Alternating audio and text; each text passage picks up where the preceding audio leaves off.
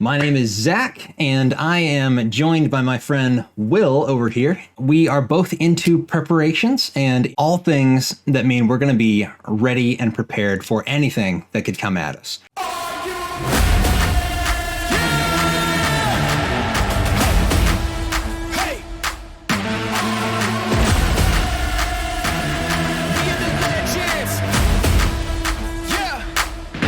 And so we decided we're going to get together and we're going to make a video podcast because I happen to have a filmmaking background and he happens to be a 20 plus year long prepper. And I found out that there is a website that you go to, stopthebleed.org, and you can find out where your local Stop the Bleed class is being taught for free.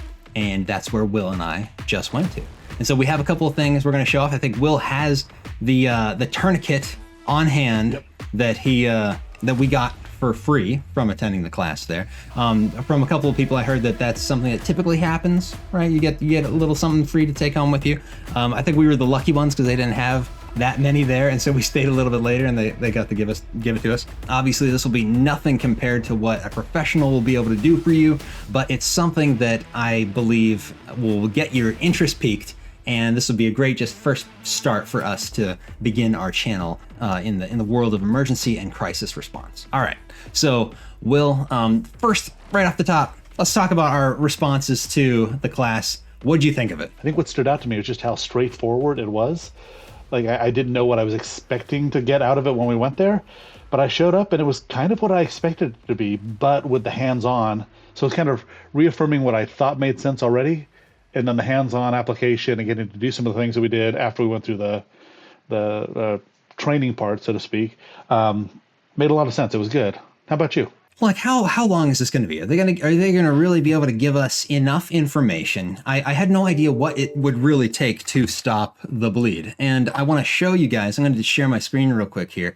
It is stopthebleed.org, and you can go to /training. And this is where you can find out exactly where to find a class.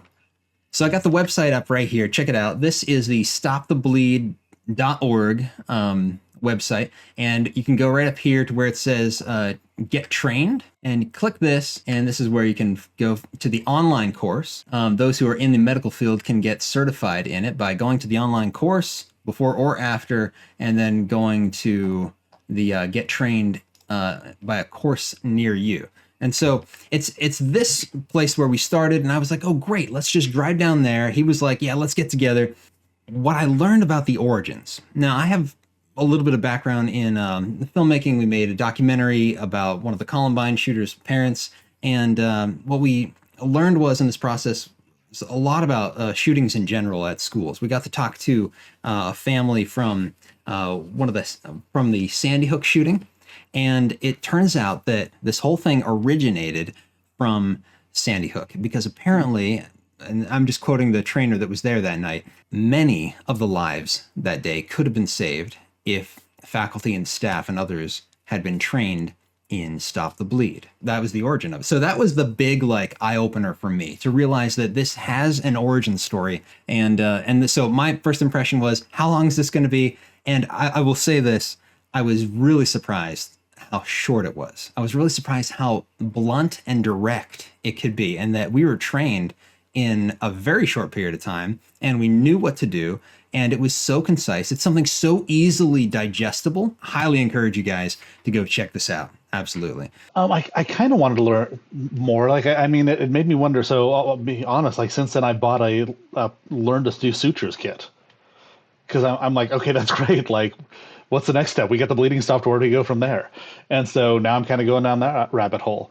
But I just want to back up to something you said a second ago here, where they actually have the synthetic appendage. It was amazing. The great experience about that was they said, here, push on this wound. I said, okay, now come over to this one. Can you tell the difference between a wound that just needs pressure and a wound that needs to be packed? And there is a noticeable difference. The wound that needed to be packed, it felt hollow. And so, just that alone with the hands-on stuff made it worth showing up for the class. Just so I got that mental point of reference. Absolutely, absolutely. And just so that everyone knows, on the website, like I mentioned, the online course, it has the exact same slides that they talk about with the videos you can play through and watch some really gruesome things. So just be aware in case you get a little queasy easy. This is something that it shows real life scenarios. There were some photos that show different kinds of wounds, and just to help train you on knowing what to do when you see a lot of bleeding. What does that look like? So yeah, the hands-on experience was good. The visuals were really good. The online course actually has these animations that very visually embed these ideas in your head as well. If you hadn't had a chance, you should go check that out as well. It's really, really good. And the Stop the Bleed course, guys, it makes you, they give you this little certificate at the end, and it says that you've been certified in it. You're not certified to teach it yet, right? You got to be working in the health emergency related field, right? But guys, this is something that they're having trouble in our area getting into public schools. And this is kind of a weird thing. And so this just kind of goes to show you how how screwed up the system is a little bit. Not that I'm here to complain about the system.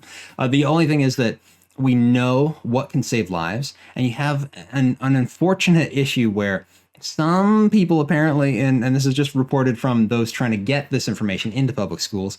This did not come from my personal experience, so this we'll call it hearsay if you're debating this.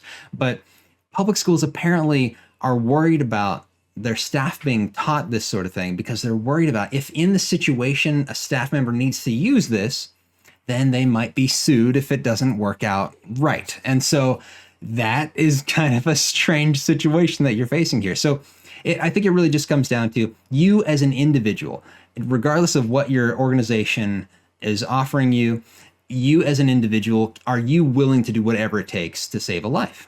Talk them through it. Tell them, hey, I'm gonna have to put some pressure on your leg. This is not going to be comfortable. That's open flesh. You're going to feel this, but we got to do this to get this under control. If you got to put a tourniquet on, let them know that this is going to hurt. But that you're there for them, you're going to help them through it, and just it's going to be okay. I thought that was great advice, just to set the mindset of the person that you're working with, try and help them get through what's going to happen and what you're trying to do to help them, so you're not fighting against each other and it's counterproductive in the moment.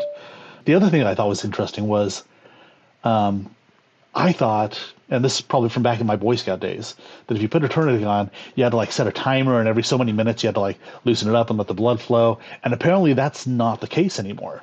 Apparently, whatever studies they've done since I was a Boy Scout and between then and now, they say you can put a tourniquet on, you can even put a second tourniquet on if you need to, and leave them there for up to 24 hours without really lasting nerve or vein damage or things like that. Put the tourniquet on, stop the bleeding, and get them to help as quickly as possible. Hopefully you're in a place where you can call 911 and they're already on their way.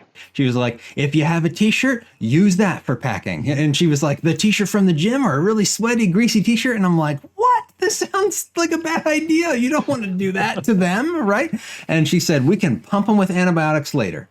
And it struck me, okay, all right, we are not talking about something that we're going to fix all by ourselves. And I've heard this is just present in fact, as recently as today, I heard this is very present in as many trainings as there are, all the way up to being a first responder or a paramedic, right? That you need to be aware that what you're doing isn't going to be the final thing, right? And so it's not all going to get healed on its own that way. You need to be ready to call or get in touch with 911, call other emergency responders so they can eventually help out with that. So this isn't the end all be all heal, right? This is to stop bleed until someone arrives. What they're teaching the class here, that's a great point, is we're in a scenario where help is available.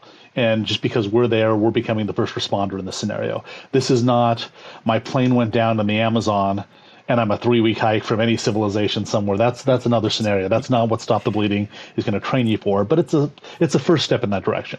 That's right. Yeah, that's right. Yeah. And again, let's go back to that timer thing, something that I learned about this is a really fun thing. Would you hold up your tourniquet? I have a cheap one that I'm going to show, and we're going to talk about the good and the bad versions that are out there, because there was a big discussion I was having with some other prepper friends out there. This is a North American Rescue Combat Action Tourniquet or something like that. It's the acronym is NARCAT, right? Those two things. A cat tourniquet. I have a cat tourniquet right here. This is the cheapo Amazon one, or even maybe the the ones you can get for like 4 for $10 off of Temu, totally not the kind you should be getting, right? The kind that Will has, it's the one that everyone recommends, considered the best one in the world. It's the one that comes the like first recommended on all the lists that are out there, the legitimate lists.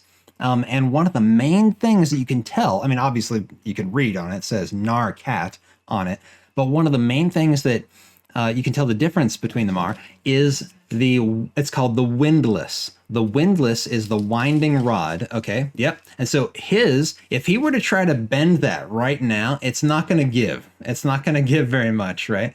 Now mine, if we look over here, check this out. This one, it's going to bend, and I'm bending it pretty easily right there. It's probably going to snap. Get the ones that are somewhere between $25 to $35. That is a price range that you should be comfortable with. Now, there are other ones, because there's the Chinese knockoff brands we were discussing earlier today. Those brands made in similar factories, trying to innovate, cheaper, those sort of things. I am always concerned when someone, and even if it is North American Rescue, again, like they're making the best stuff right now, the most highly recommended stuff. You can't speak bad about that. But as such, they're the ones that have sued a knockoff brand that it was infringing upon their patent, and so this other company got sued by it. These other ones will probably really similar, but they're just coming from these little branded companies, like with these weird foreign sounding names, not even foreign sounding, just like weird, like jumbled up letters to try to make it English-ish sounding, right? But it's a really big deal, because there's some issues that have to do with the weight and thickness of the synthetic fabric right here, how much pressure that can take, and how many times it can wind. Now, the Narcat ones, as I've learned, because I've learned a ton about these since then, and had some very passionate preppers reach out to me and say, hey, you have to be using the Narcat ones and no other ones, right? Worst case scenario, the strap itself could become unhinged on the inside there. And using them is pretty easy. There's actually a really simple way to fold them together, which I want to point out right here, because this is how you should keep it and get it stored here. So I'm going to hold this up right here. Move the time Velcro tab off to the side so that this windlass is ready to pop out and you can start spinning it. And one of the things you want to do is keep that ready off to the side. Another thing is to fold it in such a way that it's packed and ready to go, like so. Slip it over an arm. That would be the easiest way to do it, instead of trying to put it through this little belt buckle right here. So it's a small attachment at the end right here. This is a very small tourniquet. Again, not one that I would recommend at all whatsoever. There is another brand out there that is getting a bit of flack, from everyone that loves the Narcat brands. But it's called Rhino Rescue. And Rhino Rescue, this has not been approved or recommended or tested across the board, probably because of the similarity of the patent. And so they may be the next one in line to get sued. I hate to think that a company that's trying to do something good, like save lives, is structured like a monopoly, and they don't want any competition out there and that sort of thing. But a patent's a patent, and that's just the legal way how you do it, right? But what they have, and the Rhino Rescue, is their windlass is actually made out of metal. So that thing is not going anywhere. And what's really interesting is there's tests online about how strong it is, comparing it to the Narcat ones, and every single one that I've seen where they compared it to, it seems like everyone prefers the Rhino Rescue one. Now, I'm not saying one's better than the other right now, but I will say that the fabric on the Rhino Rescue one is measurably thicker, and the windlass is basically unbreakable because it's made out of metal, right? And so those are things to consider when you're making your purchase. Again, like obviously you want to invest in something that will save your life, your loved one's life, or someone else's life, and you don't want to be caught with something that is just subpar in an emergency like that. So what I hear you saying is that if you think you might like the Rhino, you might want to buy them as soon as possible. That could be, but I'm not sponsored by Rhino. We're not affiliated with anybody as of right now. We'll let you know if we are at some point. We're not attorneys arguing a case either, so no, truly not. But I'm with you. Like, I would think in a pinch, if all you had was that Temu knockoff, I would go ahead and give it a try. Because we're trying to do the best with what we have. But with some preparation and some forethought, if you can be even that much more prepared and have quality equipment, especially in a case like this, it's going to make it easier to deal with. I think I'm going to walk away. Let me speak this way. I think if I were in that situation, I would walk away feeling that, like, whatever the outcome was, I had tried to do everything possible that I could to be helpful in that moment. Absolutely. Yeah. So, If someone mentioned, maybe it was you or someone else in the class mentioned belts, like at what point would you be willing and should you use a belt as your tourniquet, And it's completely not recommended if you have a good tourniquet there. right. Now, if it's the best thing that you have, obviously do whatever it takes. And that's the same thing with, if you have gloves there, wear gloves. And that's actually for you to prevent any transmission of anything gross and bad for you from the patient that you may be unfortunately needing to work on right there. And so, there's just some things like in the situation, you have to just use your best judgment, use what you've learned, take these classes, and go with what's best for you right there. Now, I know we're getting close on time here for Will, but I wanted to point out something that I have been building together. This is my my pistol case that I take out to the range with me. And real quick right here, I just wanted to show you, I've been collecting some things to use in a trauma kit, right? Something that everyone should have if they're going to take something out to the range, right? And so in here I have a tourniquet, I have shears for your clothing, something that you can use to make sure you can access the skin, address the wounds and those sort of things. Quick clot. This is actually quick clot gauze, which everyone knows about that. Or there's something called bleed stop powder, that sort of thing. There's Actually, also have some of that right here. Yes, exactly. What brand is that? This is Wound Seal. Wound Seal, right? And so there's a bunch of different things you could put in a trauma kit or your first aid kit, that sort of thing. This is a Israeli bandage. This is one of the lesser expensive ones out there, and there's a glow stick. Everyone says, like, if your first line of defense, your first security is light, right? And so having something simple like a glow stick that you could use in case of emergency there would be really important. Also, both Will and I afterwards we went and got this brand. This is the brand that they used right here, Medline Bulky Light, and this is the brand of the 100% cotton gauze roll that we used at the Stop the Bleed class that they recommended. And why 100% cotton? Because it's going to absorb more, right? There are a lot of gauze rolls that exist out there. If you're looking on Amazon or somewhere, those ones are going to have some elastic built in, and then you have an issue with absorption there. That's what's in my current trauma kit right here. And I think we'll pause right there. So one thing I did want to mention real quick, I showed you some of the stuff that we have in our packs right here. Will probably has some stuff he's going to show me real quick, but on Stop the Bleed, it shows some of the Narcat. I said a combat action tourniquet. It's actually a combat application tourniquet. But check them all out. You got some that are like very noticeable. The bright orange, like Will has. The bright blue, which just it'll stand out off of the person, so that emergency responders will notice it. They have a bunch of other things, but you can see like cost wise here what they have, and again, this is a great place to begin if you were going to start a kit. It also has the Narwoon simulator limb right here, which is pretty fun. But Will, you have your own kit, right? Trauma kit or Right. Or related sort of thing. So can you show us what you got in there and maybe take it away with some of these other topics we wanted to talk about? Sure, I'd be happy to. I've got this is my IFAC that usually gets loaded in the car with me every day. Nice big bag, but big enough. And I do have things in here like we pulled out the tourniquet. I've got gauze rolls. I've got other gauze pads, antiseptic wipes, scissors, just a lot of everyday things that I think a lot of people, if you have an individual first aid kit, you probably got similar things in there. That's IFAC for anyone who doesn't know. But one thing I did want to show that I do carry in there tucked in the middle is my Quick Clot Trauma Pack. Now, when I bought this off of Amazon, again, don't make any money from it, but I think it was about $25. And let me just toggle over to my other screen here real quick, because I've still got this sealed up. But This is kind of what it has inside of it.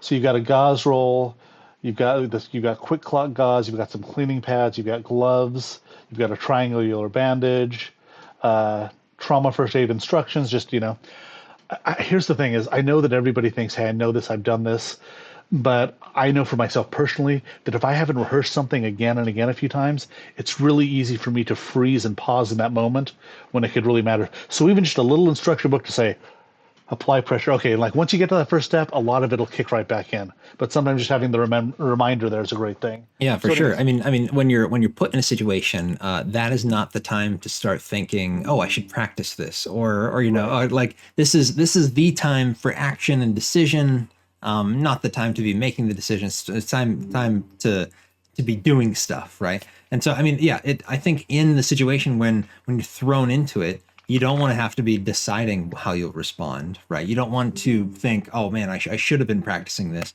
It's more like you're going to respond the way you've been trained to respond, or the way you have absolutely. trained to respond.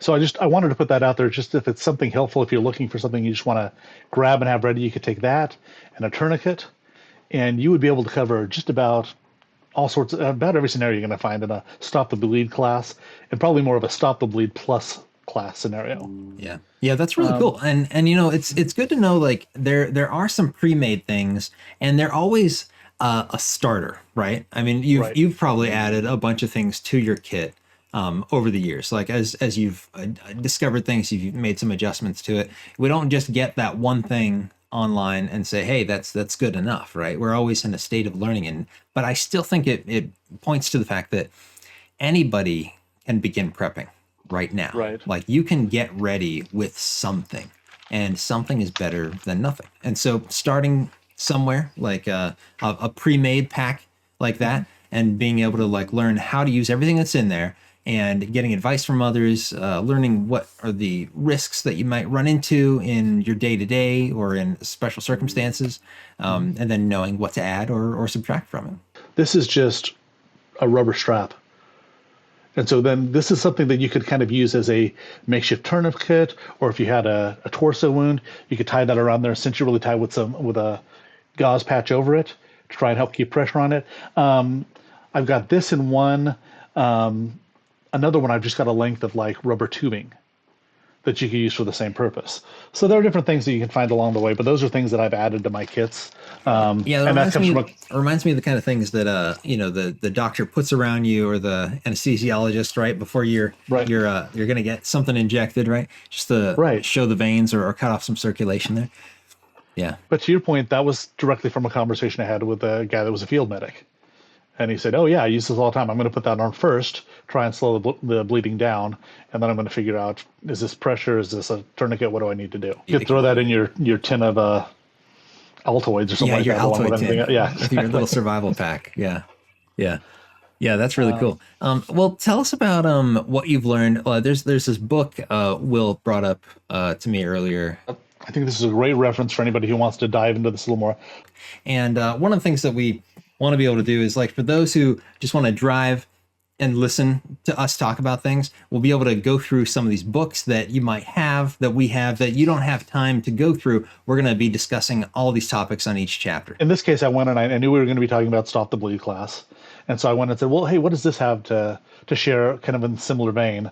No pun intended. And so the book is geared more towards scenarios where maybe secondary or primary services aren't readily available. Maybe you're kind of the first responder and you're going to have to take somebody to get help, or it's going to be a while before they can get there, or maybe it's not an option at all. So one of the things they started off talking about was the ABCDE, which is familiar to a lot of people that have had medical training. Is this one that you know, Zach? The ABCD, what is it? So it's ABCDE. So A stands for airway. And so you're going to check and say, is their airway open? And then 2, are they breathing? So it's great to have an open airway, but if you're not breathing, not that helpful. C is circulation. So is there any bleeding going on? D is disability. Can the victim feel their extremities? Can they move? Are they responding? And then E is exposure. Can you see the full extent of their injuries? Like in case of like a gunshot wound, can you see the exit wound? Things like that. So, but they also said that in a case where you arrive and you find an individual and there's noticeable bleeding, you flip that around and it goes C, A, B, D, E. So you're going to start with bleeding first in that scenario and then move on and worry about the airway and the breathing and I those things got from you. that Yeah. point. Yeah. Because kind of like you were saying with the reference from Sandy Hook, like if you can stop that bleeding first, really increases the chances for survival. Yeah. Yeah. That's fantastic. I So love yeah, me some acronyms. they had a couple other ones that I thought were useful and applied. So these are more of your, we mentioned earlier, the plane crashes in the Amazon rainforest. This is more where these apply, and the acronyms are March, Pause, PAWS. So in this case, they're saying for March, you've got massive hemorrhaging. Can you stop the bleeding? What's that going to take? And so again, we're going to want to walk through those stop the bleeding steps. Then you're going to go for A is airway, R is respiration. Are they breathing? C is circulation. So in this case, they actually say, hey, do you know how to apply an IV? If you can, maybe this is something the person needs right now. I don't know how to do that yet, but I kind of want to learn now. And then also, can you lay the victim flat or put them in the shock position with their feet elevated above their heart? And then hypothermia is H. So if there's wet clothing, you want to remove that. Can you cover them with an emergency blanket, a wool blanket, something warm just to kind of keep them going that way?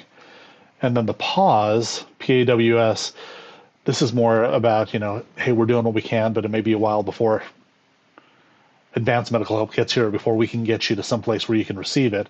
And so P is pain management, A is antibiotics, W is wound assessment and reassessment. So you kind of continue the maintenance there.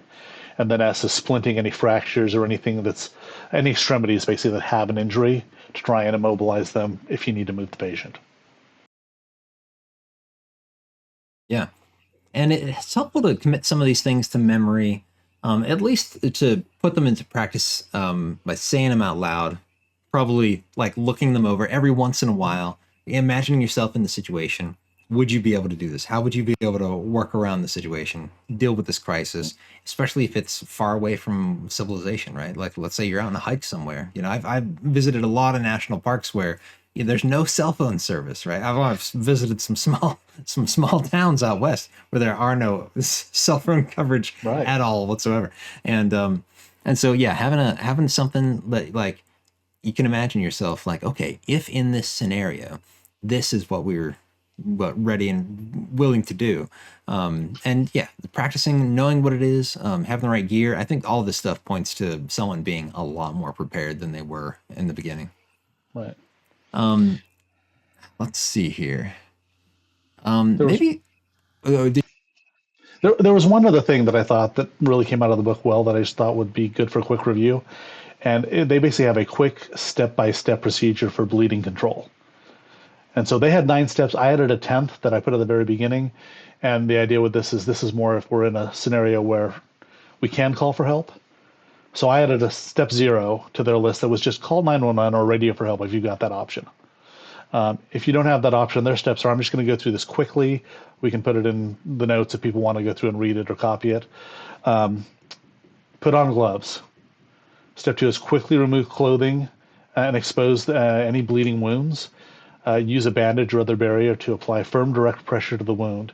Now they say in most cases, most bleeding will stop when controlled with direct pressure. So I would think start with at least a minute, continue out to 3 minutes, and reassess at that point. If bleeding in an extremity, apply a tourniquet if the bleeding continues after that initial try with the direct pressure. They said if it's a life-threatening bleed, if you can tell that right from the beginning, just start with the tourniquet.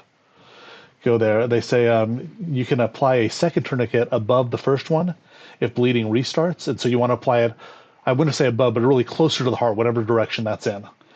And if you don't have that, then you can retighten the first tourniquet and try and get it tighter to see if you can stop the bleeding. right. And the direction that you place the tourniquet, the second tourniquet, is above the one, closer to the heart. It's always Correct. closer Yeah. to the heart, right? So if it's on my leg and I've got a wound kind of near my knee that's bleeding profusely and you've got something mid-thigh, you want to go closer up on the leg towards the torso. Yep. The next thing, so if you've got hemostatic gauze like Quick Clot or some of the powders, you can pull out the initial gauze or pull off the initial gauze and then repack the wound with the hemostatic gauze. And so they say when you do that, again, you want to go 3 minutes with direct pressure, and that should help control the bleeding. And a little note I learned recently from someone who works in the field of like fireman, EMS, this sort of thing.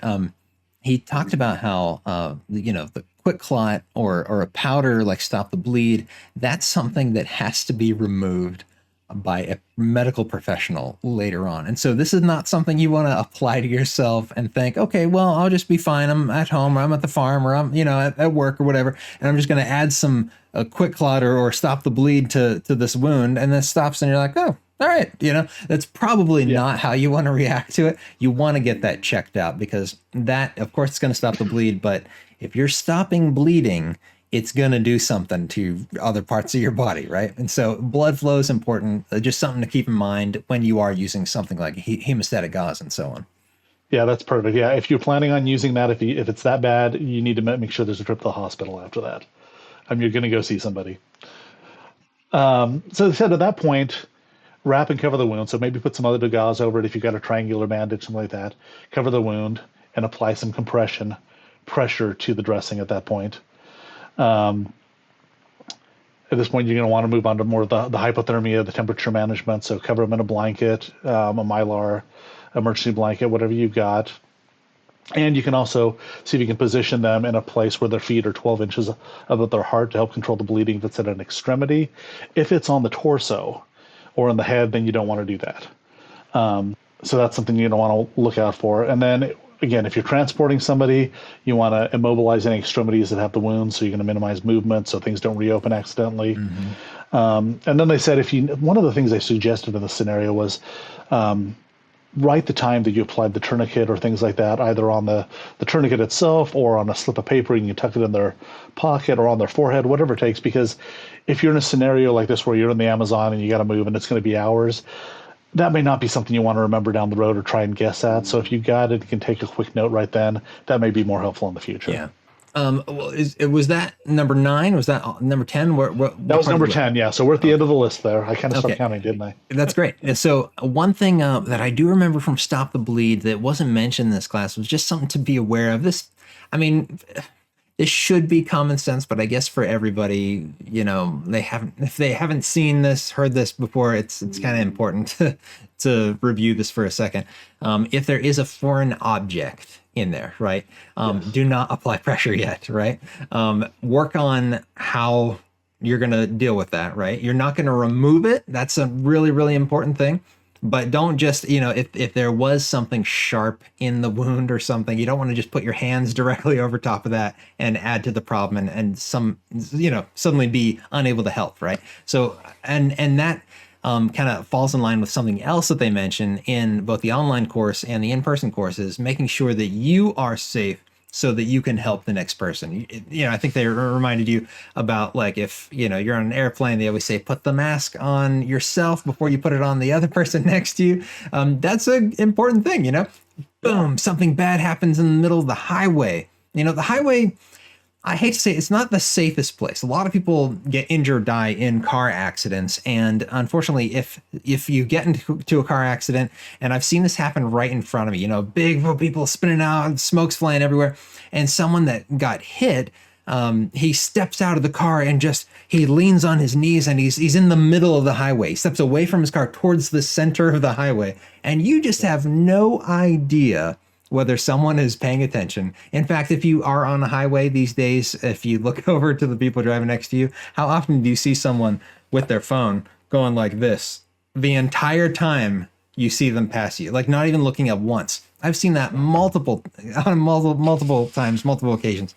And so make sure that you're safe out of the way of dangerous situations. If there was something, you should be, we'll talk about situational awareness at another point in time, but in an emergency, keeping your head cool, saying, hey, how did this happen? Am I in danger? And then moving that person out of that place if possible. If they cannot be moved, maybe there will be a way to try to help, like stop traffic, have someone park their car. That way, redirect traffic if possible. If it's a dangerous nighttime situation, you just want to do whatever you can to keep yourself safe, number one. Right. But worst case scenario, that you're in the middle of it and you can't move. and you just got to do with what you can right there.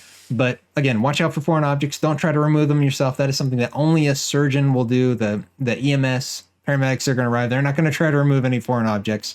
If there is something there, I mean, everyone's seen the movies back in the 90s of like the Anglophile films where like someone gets shot in the arm with an arrow, and they have to cauterize it with an iron, and that sort of thing. You're not going to be doing any of those things in whatever situation, right? That's not going to happen. And so, just being aware of like keeping yourself safe, making sure you're not going to add to the bleeding by trying to remove a foreign object. Some solid tips there that we learned that night as well. So speaking of torso wounds, yes, what have you learned about it? Whether it's from the book, Handbook for Survival Medicine, or mention anything from our class. There was a mention of a torso wound. So in torso wounds, they kind of talk about those are bad. Like that's the short answer is torso wounds are bad. Head wounds are bad. In a survival medicine handbook scenario, time is really the only thing that's going to give you, and like chances or odds are not in your favor at this point. So really they talk about trying to pack the wound. Again, if you've got some quick clot, you can do that to try and stop the bleeding, but even then you don't know what's going on internally. Right. Yeah. And I think in general, the message on the slides that they shared from Stop the Bleed was packing, pressure, tourniquets. This will not work on a torso wound. You need to take them to a surgeon. They need to get help as soon as possible. They need to get to a professional health center, like a trauma center that can handle these things. Exactly. So something you can pick up. Now I've got this on my Amazon wish list in case I have a relative that wins the lottery, because these are not cheap. But they've got something called a junctional tourniquet, and so this is what they look like. And you can see we've got this little bladder bulb, kind of like that we can use to inflate. Right. And the idea is that if you've got bleeding either at a junctional point, like where your arms meet the torso, or your legs meet the torso, you can put this, where your hinges are, basically. Yes, where all the hinges you can put this above that and close to it, and then inflate one of these pouches with some gauze underneath it to put pressure on it in a way that you might not otherwise be able to. Now, again, I don't know that this is a guarantee that this is going to get you out of the woods. The other thing is if you had like a puncture wound in the chest, you could put this directly over it. Put some gauze on top of that, put this directly over it, inflate it, and try and put pressure on one part of the wound while you're putting pressure on the exit wound, perhaps. Right. So again, it's gonna help, but really they say torso wounds, if you can't get to professional medical services quickly, odds are not in your favor here. But those run. So I found one of those on Amazon. It was $350. So that's probably not going into my personal kit anytime soon. Not going to fit in your stocking. No. So again, waiting for that relative to win the lottery for me. Exactly. I do want to point out there's something called a chest seal. Now, we didn't discuss these at all whatsoever at the Stop the Bleed class, but they're surrounding all very, very sticky. They have it almost feels like hemostatic stuff once it's gotten moisture on it, but it is extremely sticky. But what you're supposed to do, from what I understand, again, this is something that you want to consult a professional about, but you can clean the affected area and put this over top of it. It's like one big solid space where you can seal the blood in there. It's gross to talk about some of these things, but boy, how useful would it be to have these skills, to have some training, to return to that every once in a while, make sure that you're up to date on the latest information about it, because these things change. In fact, the whole history of the tourniquet itself goes something along the lines like this. It again, the name CAT is Combat Application Tourniquet, right? Or is that the word? Tourniquet, right? Just want to make sure I get that correct. Let's go with that one. Yeah, someone's going to be correcting me at some point here. But the idea is that when you use a tourniquet, it's for a limb, right? And this was something, it began in military. That was pretty much exclusively their thing that they would use. And it was because, why limbs? Because that's where most of the wounds were that you were going to be able to take care of in a combat scenario, right? Because any body armor that they use is on the chest, on the back, abdomen, maybe if you have a nice big set of plates and body armor, right? But the idea is, if you're covered there and your vital organs, heart, kidney, liver, lungs, those places, right? This is a very fragile place. Even though you're surrounded by a cage here, it's still nothing compared to a bullet wound, right? And so to be hit in a limb, you'd have a tourniquet on you and you'd be able to use that. Now, what I hear is that Mike Glover, one of our favorites, who does his own podcast. If you haven't heard of him, go check him out. He's really, really exciting person to listen to. And he was the one that, about 10 years ago or so, he had introduced to the public tourniquets, right? And so it's really, really neat that he helped promote that amongst, just civilian use, and not just military only. But again, it's for the stuff that's not on the body, not on the torso area. And that's something that you have to consider when you're out there and you're packing something. I know one of the other things that was recommended to me when I started talking about my trauma kit was abdominal pads. So this would be just a really big, solid, absorptive bleeding pad. It's just, a gauze pad, that sort of thing, right? And it would be something that you could cover a large area with that would absorb a lot, right? And again, this is not a one fix all. This isn't like a boo-boo kit we're talking about where you're gonna heal on your own. This is, any of this stuff is going to need some special medical treatment. So I'm really happy that you added to that list there, number 0, where you said call 911, get emergency responders on the way. I mean, in a lot of scenarios, unfortunately, that kicked off a lot of grief in our country, began with emergency responders not getting information fast enough, some issues on their side trying to get there. So whatever you can do to eliminate or that gap, right? Close that gap between the time when the accident is happening and when the emergency responders get there, you've got to do that. And so if it's someone's phone, your phone, whatever it takes, I would just give an example right here. The other day I was heading to the gym, and on my way there, the gym is like across the street, across this intersection, and down over a hill. And then there's the parking lot, and then I get to my gym right there. And this is like right in between our neighborhoods there. And so over that hill is the parking lot, right? But it's just a couple of trees and just the mulch right there. And someone was totally not paying attention and hit this old woman right in the back bumper of the car. Bumper flies off, and she spins and drives over that hill down into that parking lot. And it happened like right in front of me. And that's what, like a 6 to 10 foot slope you're going down too. Absolutely. So just kind of give a reference. Yeah, absolutely. Now, I don't remember the exact details of this, but I remember in my ethics communications class that I took back out west when I was in college, they went over that scenario. I think it was in New York City. There's this woman being chased by a man with a knife. I don't remember what the whole scenario was, what year this happened, but she was trying to get to her apartment to get away from this person. It was at night. It was in the middle of the night, like 2 a.m. or something like that. And apparently, after talking to all the witnesses, there was like, I think over 20 witnesses that heard or saw something from their windows that night. And even one man yelled from the window something like, "Hey, leave that young woman alone." And none of them called the cops. No one dialed 911. They all just thought, even though she's screaming in help, and this man kept coming out of the woods, stabbing her, but would run away when he'd hear someone yelling. And no one did anything because they all assumed that someone was going to call the cops. Obviously, this is definitely something, it's obvious enough that someone's doing something about this, right?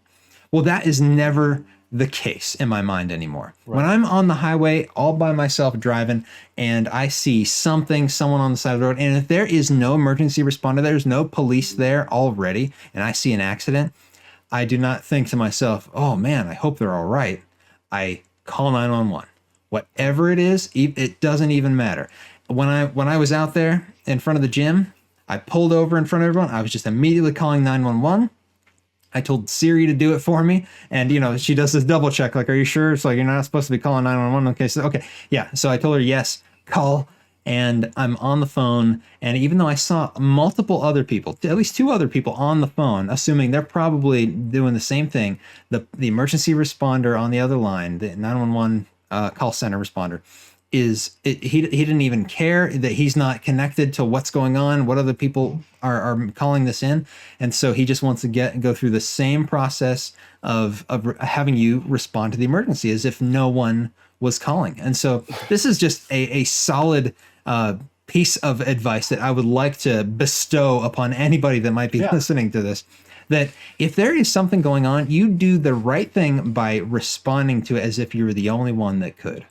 And this way there will be no concern about, something happening and everyone just assuming like, oh, someone's going to take care of that. Someone's going to take care of that. Right. How many cars pass by on the highway and make that phone call? Well, I decided personally, that's what I'm going to do as soon as I see an accident when there's no emergency responder nearby. Yeah. And I know I think we all in our head would love to be able to stop over and help out anytime we see somebody stranded on the side of the road or an accident.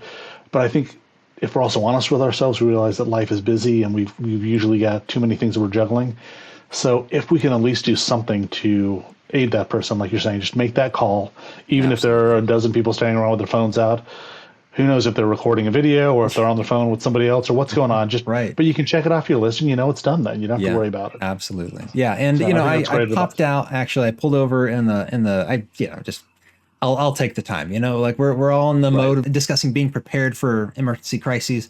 I jumped out, I checked out what was happening. The woman that was directly in front of me, that was directly behind the woman that got hit, she was all shaken up as well. And so you got these two ladies who just needed to know that there was support around them. Someone needed to run up and check the other vehicle, get the license plate in the back, just to make sure that things have been documented and this is happening, right? I do want to point out also, the old woman was fine that got hit. She in fact started telling me, she's like, yeah, well, as a single mother back in the day, I've survived a whole lot. So she's like, yapping and talking about everything. But clearly she was very, very shaken up. And, there's definitely a whole study on how to deal with shock in those situations. I've heard of some things, not going to mention anything right now. We'll talk about dealing with shock at another discussion. But I do want to point out that the first people to respond, and I heard this is pretty typical actually, are the firemen. The fire department showed up immediately. And those guys, while they're not necessarily paramedics, they are trained with knowing what to do. They were doing the exact same things that the person on the 911 call was telling me to do if I was there talking to her. And they came with, they're checking her blood pressure. They just took care of her immediately. And then the police showed up, and then an ambulance showed up, right? And so this is what makes this important to know, because you never know in what situation you're gonna find a need. And also, look at this scenario. If you were up on the street, you wouldn't even see the second car. It looks like one car got damaged. That other one went down over the hill, right? And so anyway, it's a lot to take in there, but it was a good learning example. Let me ask you this though, because I know sometimes right, wrong, and different, we can call it what it is. You're looking at the Good Samaritan scenario and you're going, that's great, I want to help out, but how long is this? How much time did that take you between the time you pulled over, started checking on people, and the first responder showed up, or the second responders, however you want to call that? This is less than, I'm going to say less than a half an hour, probably 20 minutes tops, to be honest. And so this is from me seeing it happen. I was on the call, pulled off to the side, addressing everything, giving all the information I possibly could. I pulled down around the side, got out, saw this happening here. I also want to point out my response to this, because 20 minutes into it, I'm like, all right, well, I'm going to walk over to the gym, and I'm walking towards the gym, and it struck me, I didn't have my gym bag with me, because I was thinking about this. It also struck me on the way back. I was like, my car is parked right in front of where her car is, because I pulled over to check on her. And I just remember the police officer saying, yeah, well, I wonder if we can pull the car around this way. And I wasn't even thinking, oh yeah, my car's the problem car. It's right in the way. And so, this is just seconds after I walked away. I was like, oh wait, let me move my car. Oh wait, let me grab my gym bag out of there. It's just an interesting stress response that, Right. you're focused on new things. This is just how people respond. If they're not trained in it, if they're not used to it, if they haven't experienced it before, they're going to respond a little bit, we'll call it in awe, right? You're having new synapses form in your brain. So there's like a tiring part to it, of having this. It feels a little exhausting, maybe a little overwhelming for some people. I generally like to see myself as someone who responds very well under high pressure situations, but in that situation back then, it was a little surprising to me. It made me realize, okay, in the situation, I saw what was needed there, and I was distracted. Right? You're distracted by things. I did everything that I could have, and I still saw how distracted I could get in that situation, which is a great experience to learn from. Yeah, and I love that you learned from that. That's what I was going to say.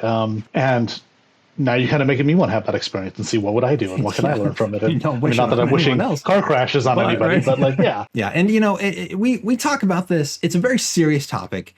It's important stuff to learn. No, you're not going to learn everything from a discussion in a podcast, that sort of thing.